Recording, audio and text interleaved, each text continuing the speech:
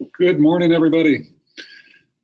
This is Tim Cole with MPX, and I am going to be joined today by Mandy Fish, our Director of Technology Solutions. I am our Chief Customer Officer, and it's really great to have you all out there and listening in. What we're going to talk about today is really empowering your customers, as we all are faced with a really changing dynamic and how the consuming public is interacting with the companies that serve them. The energy industry is faced with some of those same wonderful opportunities and I suppose challenges. And really the challenge comes in the fact that the business as we know it is really changing. We're all operationally sound. We've got a lot of experience in supporting our customers by getting fuel to them and billing them and so on. But now they expect more. They want to know and have access to us at all hours of the day. So that's what we're going to concentrate on today, how to really be prepared for that changing expectation. So portals will be a part of the discussion, certainly, and just ensuring that they're useful and functional and can be so much more. So just a couple of housekeeping things. All the phones, your phones are muted. It's just the only way to effectively accomplish the amount of communication we're doing over the internet here. But we absolutely want to hear from you. And so there's a chat window that you can see.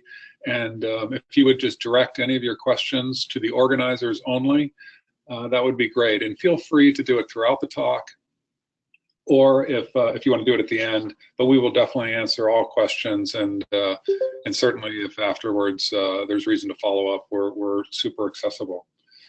So let me start by just kind of building upon what I shared earlier, that how do we all view portals, and there's really a range within the industry as to how they're being thought of. Certainly they facilitate payments. They can sometimes be thought of as an unattended kind of customer service segue into your organization, maybe a way to cut costs. And I think most of us in the industry do have some recognition of the value of communicating and conveying important information and having access online. But it's really become apparent that the truly progressive fuel dealers across the country are seeing the incredible opportunity that's inherent with portals, and that's being driven by customers. We all are customers. We all understand how we've been altered, in these last handful of years. And just one simple example is, as we think about airline flights and making reservations, who among us would have thought, 5 or 10 years ago, that literally all of us would be booking our flights online?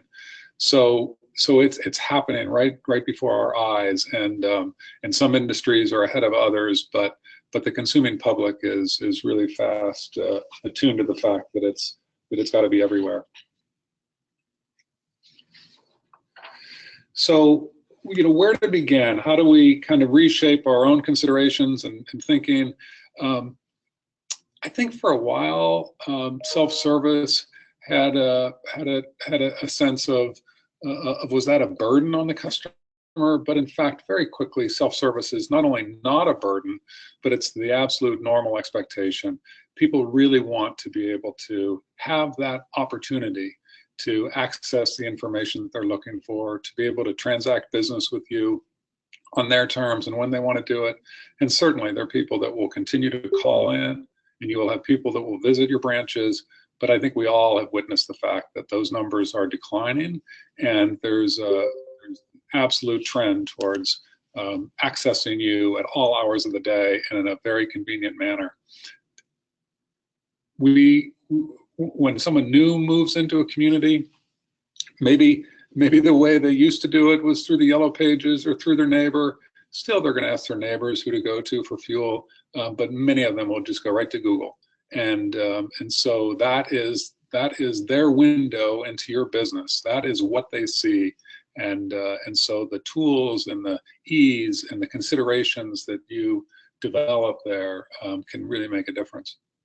And by all means, they do cut costs, but it's really not about cutting costs as much as it is about really considering the future and what people expect and how they want to be able to accomplish. We're all busy and everyone's got too much going on, and by the time they think about their fuel, it can be late at night or on the weekend. And so your ability to be accessible to them is really important. And so what we'll be talking about today is really taking into account all those touch points, all those moments that your customer is interacting with you, and what can be done to facilitate the range of ways that they will arrive. And again, some will call, some will visit, but increasingly, many, if not most, will access you through a portal. And so so you really want to be considering kind of a complete solution. So we're another really important consideration is that community of customers is obviously a target for your attention and your support. But equally important is that all of your employees come to work every day really wanting to do well by your customers. And no one, ourselves included, want to be on the firing lines without proper information and without the tools to really help us kind of thrive and help those customers get the information they need and to get problems resolved. So, as I said earlier, we tend to not prefer to be on the phone like we used to. We've been spoiled somewhat by the ability to communicate without the energy that's required from a telephone conversation. Or maybe equally importantly, sometimes we just don't want to be challenged by the uncertainty of what can unfold with the phone call. And so but yet when we do call, when we do have a problem that just has to be resolved with good old-fashioned human interaction, when we're on the phone, we really want someone at the other end who's well-versed in our information and knows what they're talking about and has access to the same information that the customer has. And so portals can be a powerful, powerful solution to that. So that's a little bit of kind of a preview of how we at MPX think about portals and some of the things that we want to share today. And so I'm going to turn it over to Mandy to go through some of the specifics on the basics that can really be powerful and meaningful to you and to your customers. Thanks, Tim. First, everybody knows that portals are necessary. We've kind of been talking about that a lot over the course of several webinars that we put on. But it's not just about having a portal anymore. You need to really do the basics of the portal really, really extremely well. So first, having a portal is really for customers to make payments. But how about you go beyond making payments and really offer intelligent payment options? So by that we mean recurring payments. So setting up a fixed amount that's going to be paid over every week or every other week, every month, on a particular day of the month. Those kinds of recurring payments, it's kind of like letting the customer set their own automatic payment on their budget plan, for instance. Or a one-time payment, but not just now on an account, but also later. So setting that one-time payment up for a later date. And then auto pay. Everybody loves the auto payment. If you have an amount due, then that customer pays automatically what that amount is. But what if you had the auto payment with a maximum? So the customer is able to say they want to auto pay a bill or an invoice, but up to a certain maximum amount. It might increase their willingness to set up that automatic payment status and therefore improve your cash flow. So these are some of the intelligent payment options. And then secondly, it's about access to information. Portals should literally be a portal into your company for information, for action, for contact. So it's not just a way to see a balance and provide, it's got to really provide useful information. So all documents, whether that's invoices and statements, credit letters, plan letters, even collection letters and notifications, or marketing, all of that should be in one place with the customer gaining easy access to that information.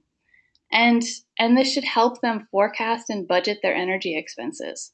So it should be a readily available and really be useful tool for the customer to use in their personal budgeting.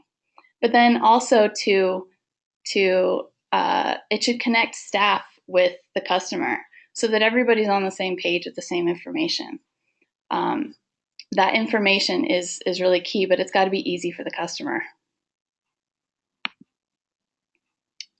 And then next, you must allow the customer to interact with you and create transactions. But it's not just about ordering fuel; it's making it easy to do so. And then don't forget to communicate with the customer. So making sure that you have the proper confirmation and schedule notification to the customer, so the customer knows that when they sent off that request to get a delivery, it just didn't go into cyberspace. It actually happened, and something is going to be in action because of that.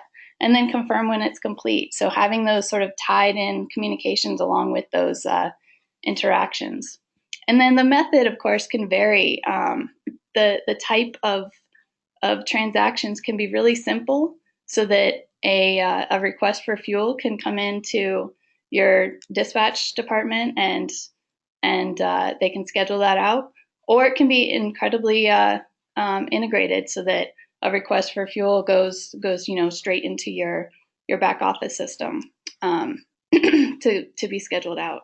So there's lots of ways to do it, but the bottom line here is that it's got to be easy for the customer, and that's what makes the portal a useful tool for that customer to come back.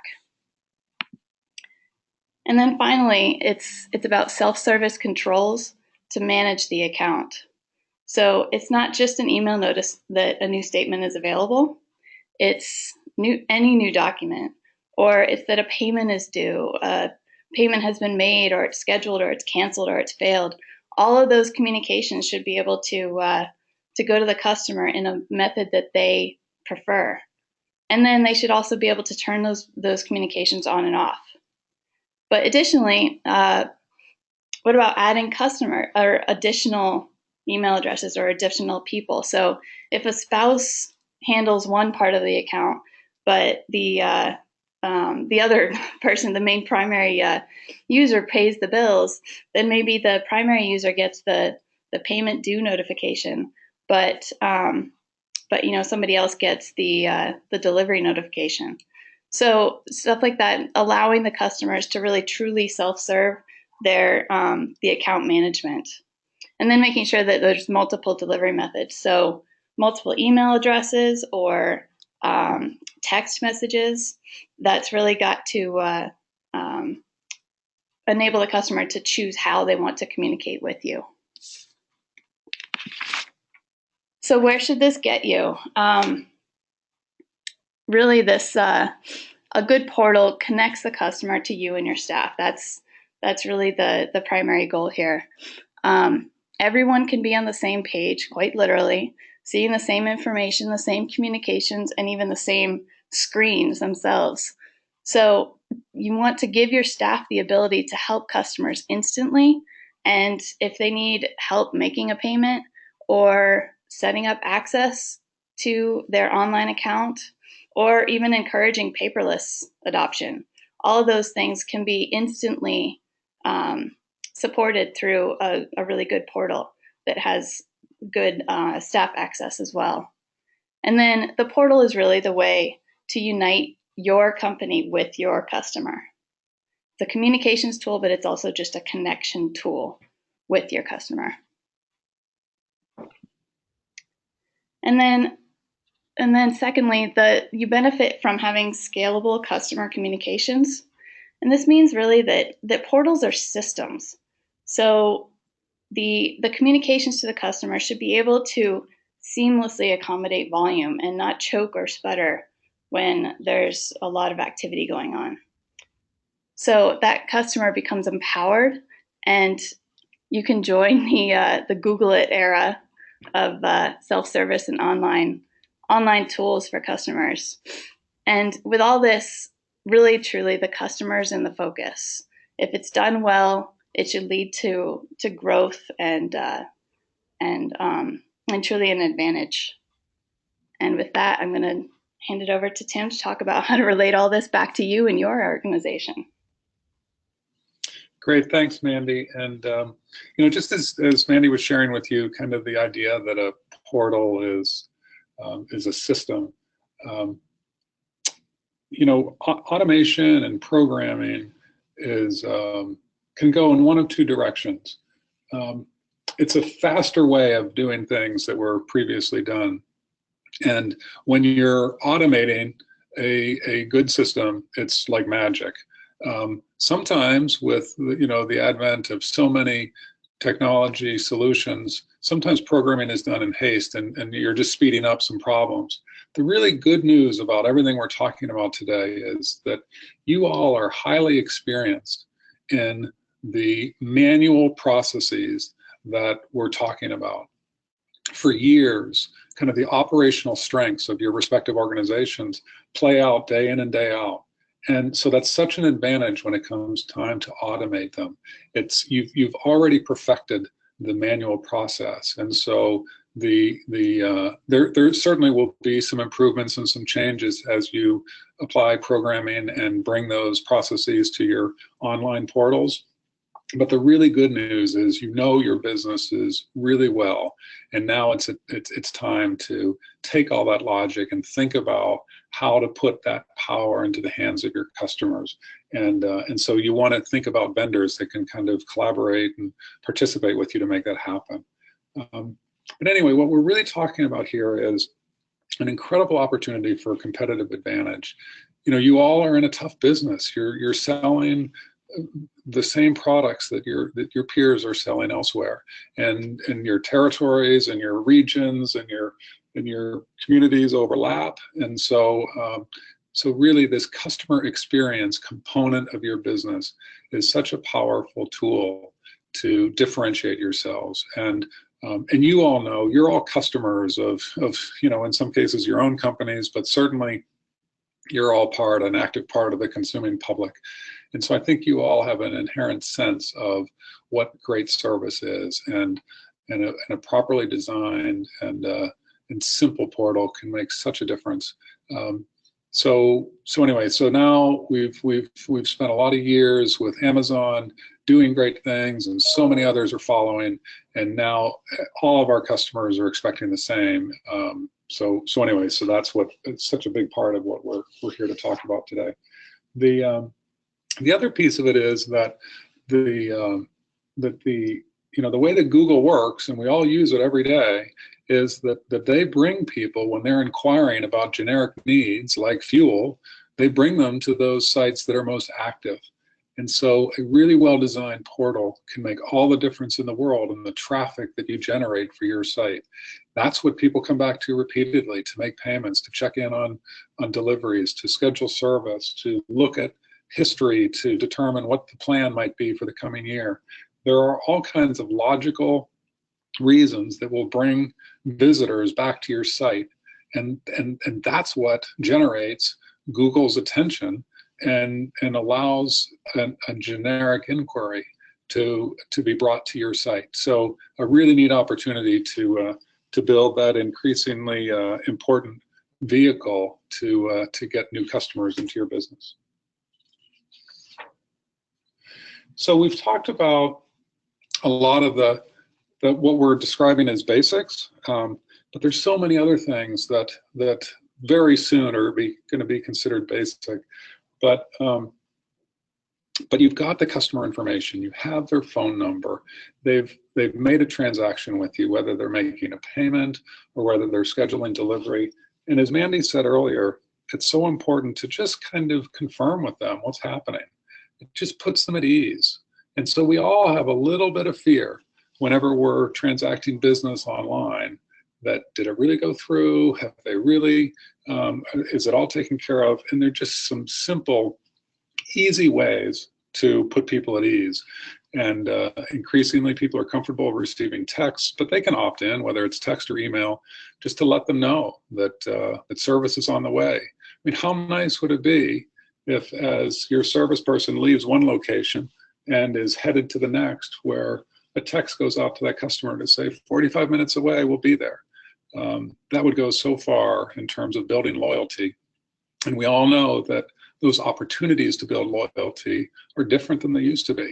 It's not the traditional handshake kind of relationship that might have occurred, over the fence with a delivery person, or when they stop in the branch. So these digital tools are really a wonderful way to build loyalty in an era when the opportunities aren't the same as they used to be. The other thing is that as people become increasingly comfortable with your business and interacting with your site, they're going to be more than willing to go further than you might expect. You can truly build community. In this world of digital solutions for everything, we still deep down yearn for community. And so when they're coming to your site, you can have a blog that helps out with, heating, cost-saving techniques to insulate your home, or maybe you've got a really neat fundraiser that you're doing in your community and you're looking for active participants, and many people would love to do that. There are a whole variety of ways that on what is otherwise somewhat considered as impersonal digital, the reality is that in fact it can really make it quite personal. And so really keep that in mind as you build your brand and as you build your community of customers. So really kind of from a checklist standpoint, first and foremost, really consider the transactions that you want to make so easy and so simple. And it will help your customers, it will help your customer service team, it will help your bottom line, it will help your growth. And you know how to do it manually now, and with just coordinating the sister departments that are interrelated, those same techniques can be powerfully brought to your online portal. Make it responsive. Make sure that as people go from their home computer to their phone to their tablet. So absolutely be picking a partner that really understands that and recognizes how important that is. And absolutely make it secure. There are, as a company who's in this industry and understands the ramifications and the tools and the importance of staying ahead of security, just be thoughtful as you pick your partners to make sure that they are committed properly. And it's all very doable, but there has to be a real commitment to it from the senior leadership of those partners that you're selecting. So, where to put your energy? Certainly focus on the basics and make sure that those can be, whether it's payments and the variety of payments. I mean, my goodness, how much more powerful can you build loyalty than by having recurring automatic payments? That alone could be a really important goal of what you all accomplish. And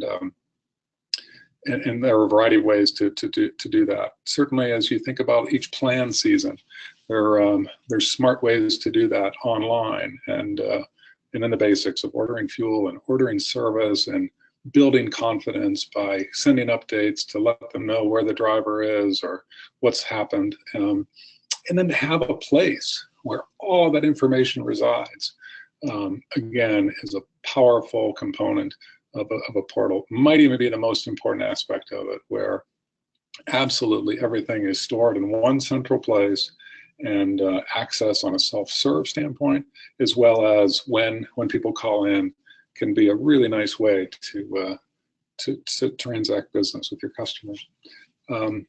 Critical documents, invoices, and statements and budget letters. Everyone's going to see the same thing. So anyway. Additionally,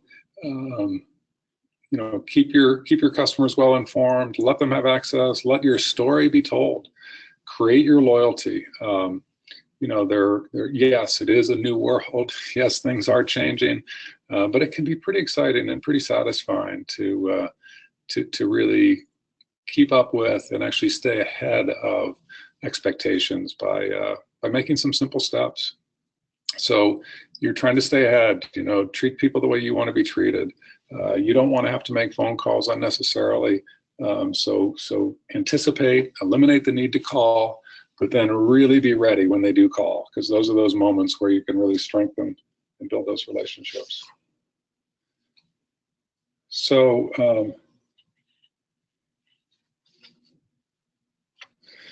a couple of things to I guess to just relate to some personal things that I've encountered, and I think they're really relevant with what we all are embarking on.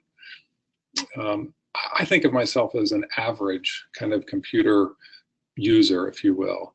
I certainly am not afraid of it. I'm active where appropriate, but certainly there are others in generations below me that are even more comfortable and more active. But in what I think of as an average encounter with technology, there's some really neat ways that people are using it.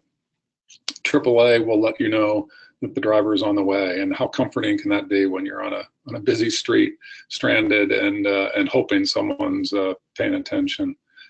This hasn't happened to me personally, but others have talked about Sears, good old Sears, who's been around for a long time and wouldn't be thought of as an organization that is particularly savvy with technology, but they are texting to let you know when the fridge is going to be delivered, or the washing machine, and it's just so simple. But my goodness, it used to be that it was an advancement when people would say, "I'll be there between 8 and noon," and now why not be letting them know that the driver is 20 minutes away, or what have you. And then just the other day, I was parking in a town with the new parking meters, and as I was paying, they gave me the option to plug in my cell phone, and they told me when I was 10, and then they texted me with 10 minutes to go before the meter was going to expire. What a simple thing, but it's just such a powerful way to elevate an experience with really simple technology and just a little forethought that builds loyalty. So we are grateful for your attention. I've got a few questions that I already have, but I would encourage others to write in, and so let me go ahead on that first couple of questions that I've received. One was, what industry software do your portals work with? So, here at MPX, we're open to all the software that's available throughout the industry, whether it's homegrown or whether it's AD or Cargus or Blue Cow or RCC. There's a whole variety, and you all are as familiar as anyone. But we're agnostic. That's our world. We integrate with these great companies, and they're really good at the things that they do well, but they can't do everything well. There's so much to operate your businesses, and so they concentrate on kind of that core. And we really are at the finishing end, and that's our world. And so we're very good at integrating and organizing that data in a way that it makes the presentation in a portal or documents work. So we can work with any of the software companies.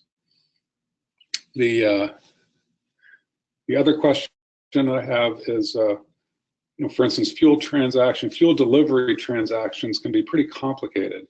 There are different departments that are involved. There's dispatch, there's drivers.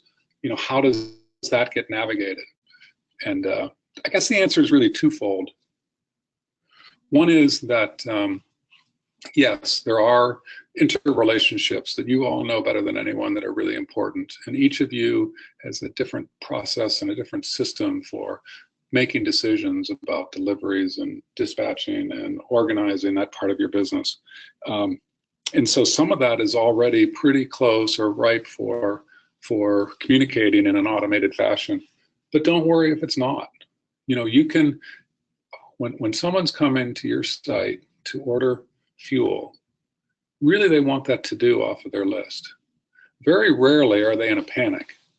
They may need it within a couple of days, might even need it the next day, but you've got plenty of opportunity to take that request and to respond to them with an email that says, "We got it, we'll call you in the morning," or "We'll send you a note tomorrow to confirm the time," or whatever is appropriate for your system and for the way that you wish to communicate with your customers.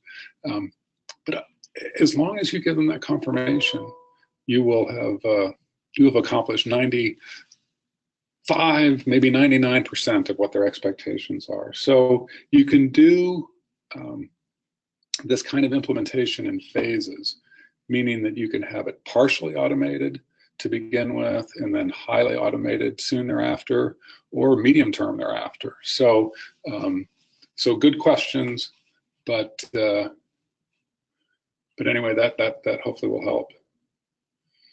So those were the couple of questions that we received so far, and so we've tried to keep this to a half an hour, and it is exactly a half an hour at this moment. So I'm happy to look for other questions if they come in, but separately, I'm going to say thanks so much for your attention, and Mandy and I are available if we can be helpful in any way, and look forward to your continued successes and helping to navigate this changing industry and taking advantage of some of these really neat opportunities.